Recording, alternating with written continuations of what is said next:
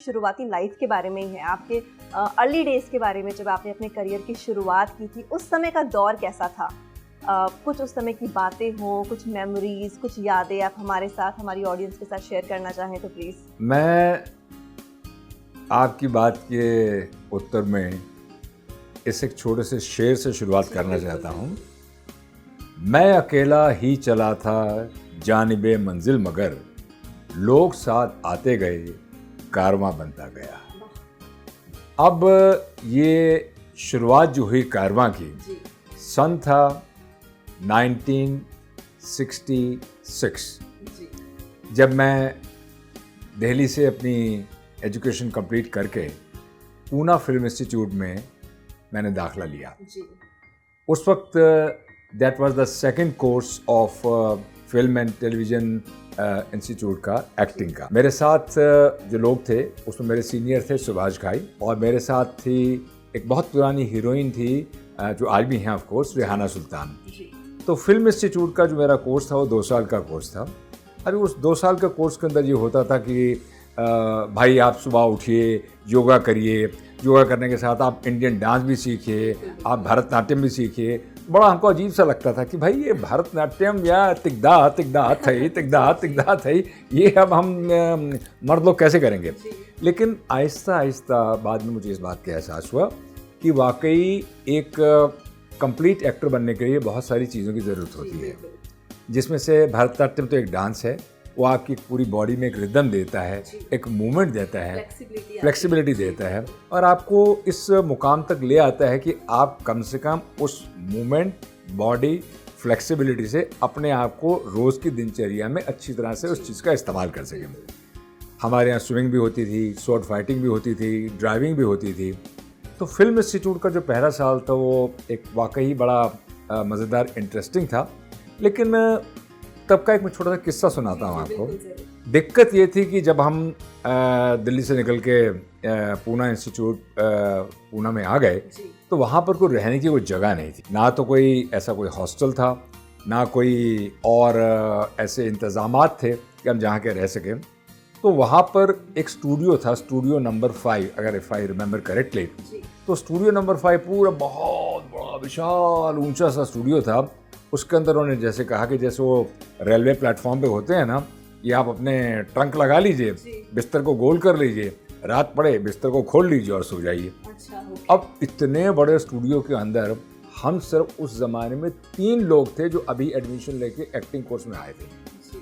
अभी रात को डर लगता था कि 30 फीट की हाइट का स्टूडियो, और कुछ हमारे सीनियर्स थे, तो जैसे लेग पुलिंग होती है तो उन्होंने हमारी लेग पुलिंग भी की, रैगिंग स्टार्ट थी, तो बड़ी आवाज़ सी निकाल के रात को और हमें डराना शुरू कर दिया। हमारे प्रिंसिपल साहब थे, हम गए उनके पास, हमने उनसे कहा कि भाई साहब हमें तो बड़ी यहाँ तकलीफ है, और आप ये कह रहे हैं कि हम यहाँ ज़िंदगी गुजार लें, अपनी एक्टिंग का कोर्स भी सीख लेंगे, ऐसा कैसे करेंगे। He was a south Indian man. You must understand, you have come here to become an actor. तो हमने कहा अच्छा, if you come here to become an actor, तो इसका मतलब ये हुआ कि रोज़ रात को हमारे दिलों के अंदर जो है भूचाल आता रहे, और हम अपना एक्टर बनने से पहले ही ऊपर को चल देंगे तो क्या होगा।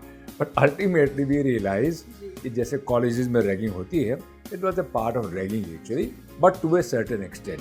तो आप कह सकती हैं कि 1969 के बाद बहुत सारी फिल्में आई मेरी, जी एक शुरुआत हो गई, जिनमें कुछ छोटी भी फिल्में थी, कुछ बड़ी भी फिल्में थी, कुछ सक्सेस हुई, कुछ नहीं हुई।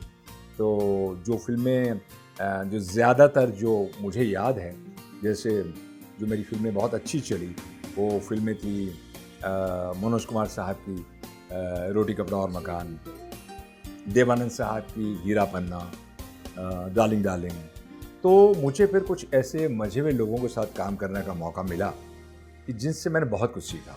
एल.वी. प्रसाद साहब की फिल्म थी उधार का सिंदूर, मद्रास की एक फिल्म थी मांग भरो सजना।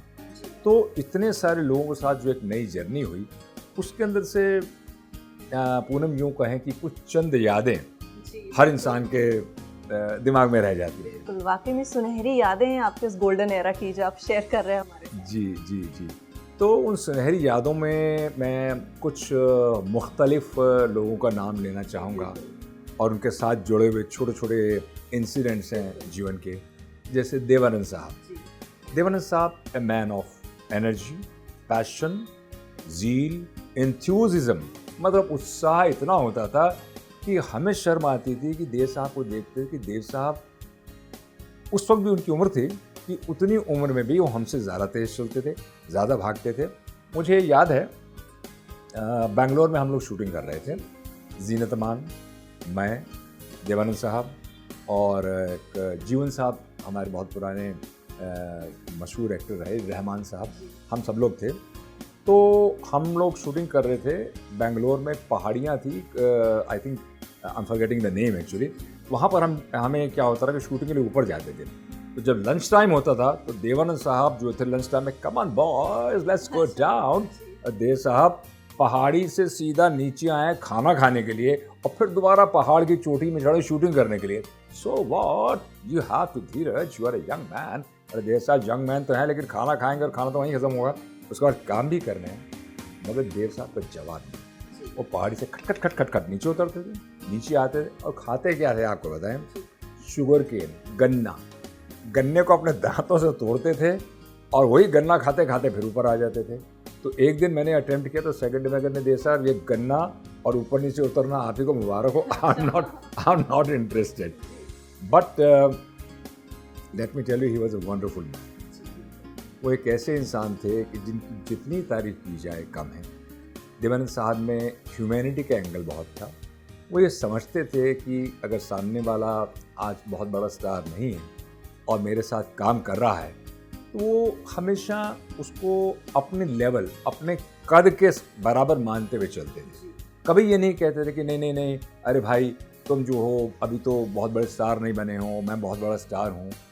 We used to stay together in hotel Ashoka in Bangalore, जहाँ जीनत थी, मैं था, देवानंद साहब थे, बाकी के हमारे रहमान साहब वगैरह थे।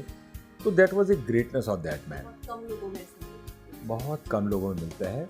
और इतना ही नहीं, उनका ये था कि भाई धीरज, ज़िंदगी में अगर बैठना है ना तो उन लोगों के साथ बैठो जो पॉजिटिव सोचते हैं, उन लोगों के साथ चलो जो उनका नज़रिया है जीवन के प्रति इतना स्ट्रॉन्ग है कि everything is positive actually. That was the essence of mister Devanand life actually. तो खैर, मैं आया, रोटी कपड़ा मकान हिंदुस्तान की बहुत बड़ी हिट हुई, उनके साथ इतनी फिल्में की, लेकिन इसके साथ साथ मैं पंजाबी उन फिल्मों का भी जिक्र करना चाहूँगा जिन्होंने मुझे एक अलग तरह का मुकाम हासिल करवा दिया था। मेरी पहली फिल्म थी दाज, दहेज।